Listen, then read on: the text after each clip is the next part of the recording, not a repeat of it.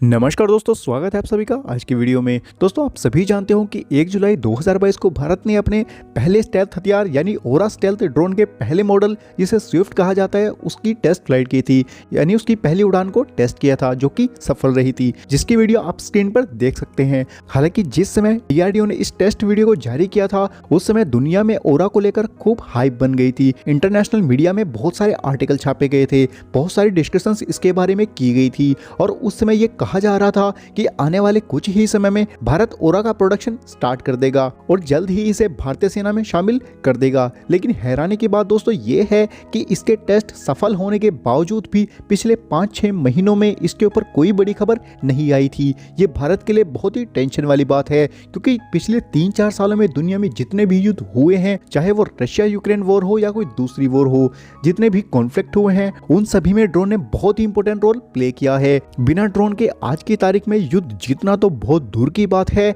युद्ध लड़ना भी पॉसिबल नहीं है और इसीलिए दुनिया के सभी ताकतवर देश एडवांस ड्रोन बनाने में लगे हुए हैं। यहाँ तक कि तुर्की जैसा छोटा देश भी ड्रोन के मामले में बहुत बड़ी ताकत बनकर सामने आया है। और दोस्तों, आज की तारीख में ड्रोन मार्केट बहुत बड़ा मार्केट बन गया है। फाइनेंशियल टाइम ने अपनी रिपोर्ट में बताया था कि ड्रोन मार्केट 2025-26 तक $30 बिलियन से भी ज्यादा का मार्केट हो जाएगा। और दोस्तों, इसी से अंदाजा लगाया जा सकता है कि आज की तारीख में ड्रोन न सिर्फ युद्ध जीतने की चाबी है बल्कि दुनिया के सभी देशों के लिए एक कमाई का भी जरिया बन गया है। अब बात करते हैं कि आखिर इस ड्रोन की रेस में भारत कहां स्टैंड करता है। तो दोस्तों, ये बात कड़वी जरूर है पर ये सच है, ड्रोन एडवांस टेक्नोलॉजी के मामले में भारत बहुत पीछे है। यहाँ पर छोटे स्वान ड्रोन या फिर कामकाजी ड्रोन की बात नहीं कर रहे हैं, यहाँ हम बात कर रहे हैं स्टील्थ ड्रोन की, जो कि दुश्मन के ऊपर मिसाइल बरसा सकते हैं। इस मामले में भारत बहुत पीछे है। हालांकि भारत ने कोशिश की थी, हमने रुस्तम 1 बनाने की कोशिश की जो कि फेल हो गया,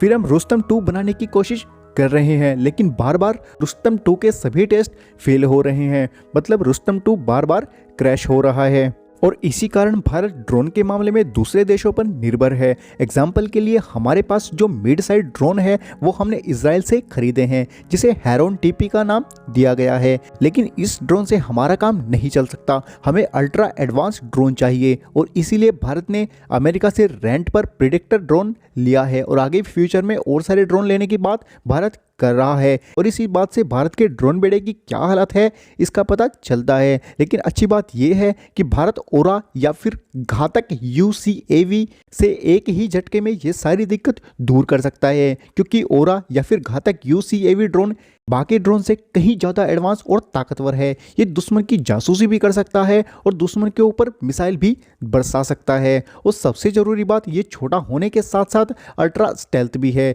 यानी ये दुश्मन देश की राजधानी के ऊपर मिसाइल बरसाकर आ जाएगा और दुश्मन को कानो कान खबर भी नहीं होगी। लेकिन ओरा के मॉडल स्विफ्ट की टेस्टिंग के बाद अभी तक इस पर कोई अपडेट नहीं आई है, लेकिन अब इस पर बहुत बड़ी खबर निकलकर सामने आई है।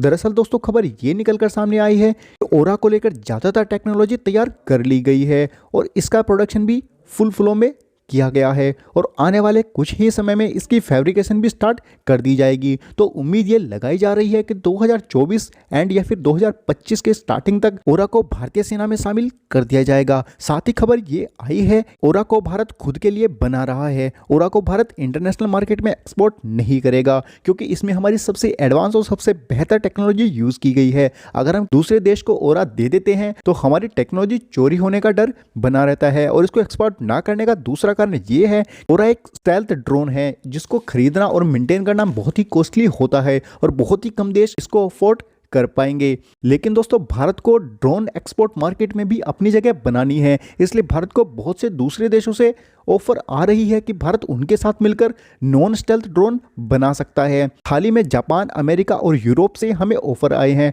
और इन्हीं में से किसी एक देश के साथ कोलैबोरेशन करके भारत नॉन स्टेल्थ ड्रोन तैयार कर सकता है। हालांकि अब सवाल ये आता है कि भारत ये ड्रोन खुद भी तो बना सकता है, कोलैबोरेशन की क्या ज़रूरत है। ऑफ कोर्स भारत ऐसा ड्रोन बना सकता है, लेकिन ऐसी टेक्नोलॉजी डेवलप करने में हमें काफ़ी समय लग जाएगा और अगर हम कोलैबोरेट करके किसी दूसरे देश के साथ ये ड्रोन डेवलप करते हैं तो हमें कुछ एडवांस टेक्नोलॉजी बनी बनाई मिल जाएगी, जिससे हमारा काम ईजी हो जाएगा और ड्रोन हम जल्दी से जल्दी बना सकेंगे। तो दोस्तों, आज की वीडियो में इतना ही। अगर आपको वीडियो पसंद आई है तो वीडियो को प्लीज़ लाइक कर देना और हमारे चैनल को प्लीज़ सब्सक्राइब कर देना।